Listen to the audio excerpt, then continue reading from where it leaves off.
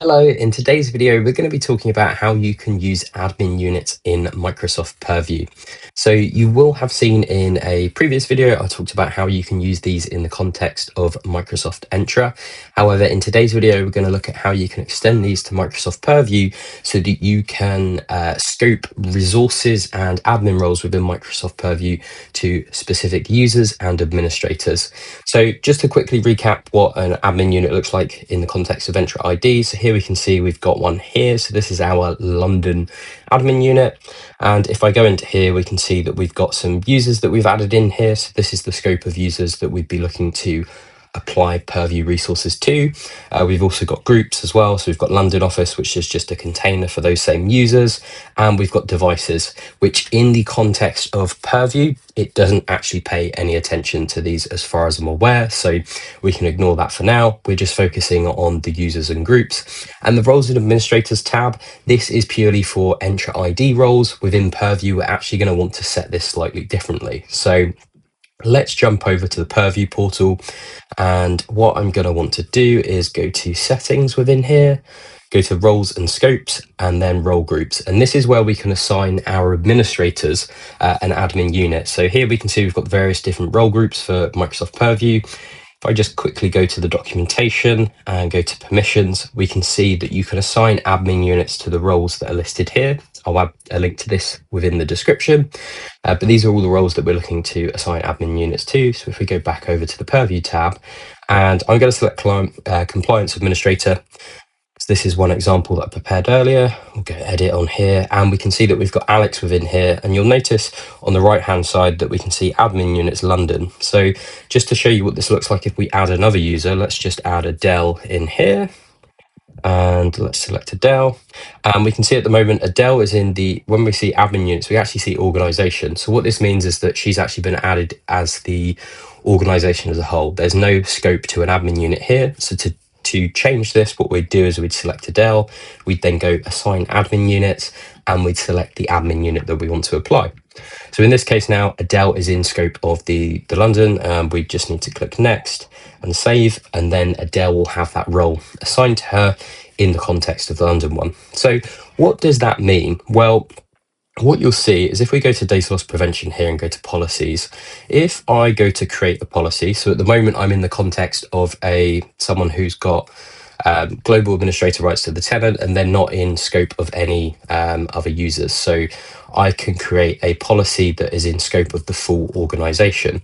So if I just, in fact, for the sake of making it easier, we're just going to select one of these preset ones. And then we're going to click next on here. And here we can see that we've got the admin unit. So I am, as I said, a global administrator in this current context. So if you notice here, I could assign admin units if I want. So what I could do here is I could select London for this. And what that is going to do is once I've created this policy, that would mean that Alex or Adele would be able to see this policy. They'd be able to edit it as long as they've got the correct roles, and they would be able to modify it if they wish to. So that's how we kind of do that in this context here. So if I was to save that, that would do it. Alternatively, as a global administrator, I can remove that and I can do it for the full directory.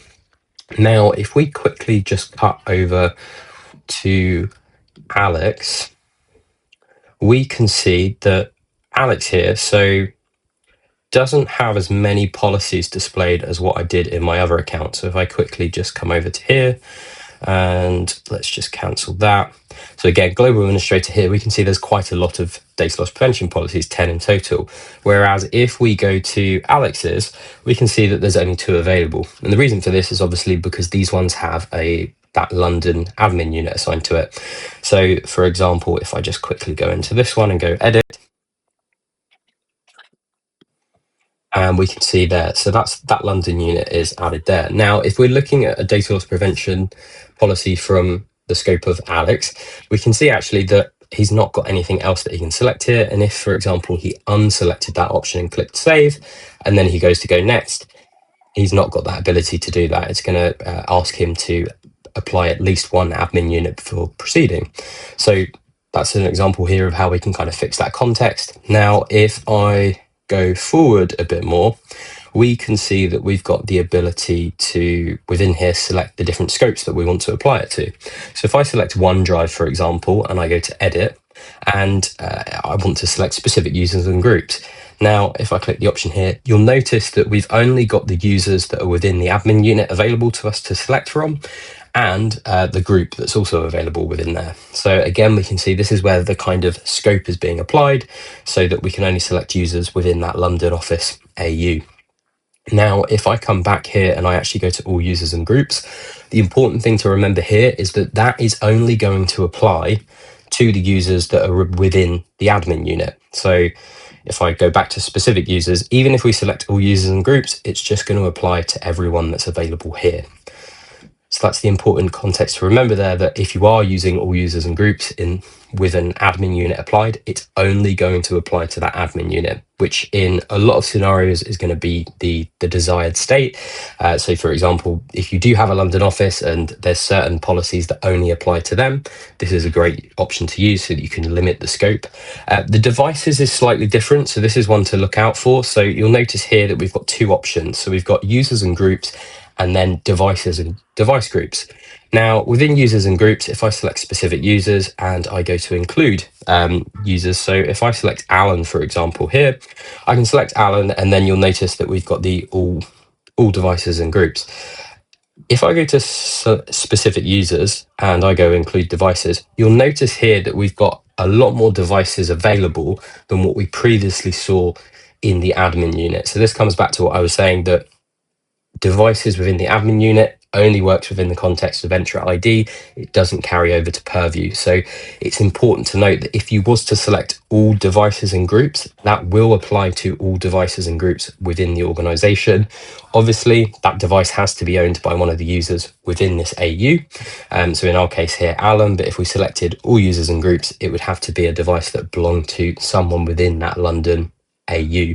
So that's just something to bear in mind when you're using this, as the specific devices and device groups won't actually, it'll provide all of those options. So if you had Alan had a device that wasn't within the AU, it would still get applied to that device. So that's just something to bear in mind, and you might want to, if you are looking to exclude certain devices or include, that you make sure to select those individual devices, or potentially prepare a device group that contains those.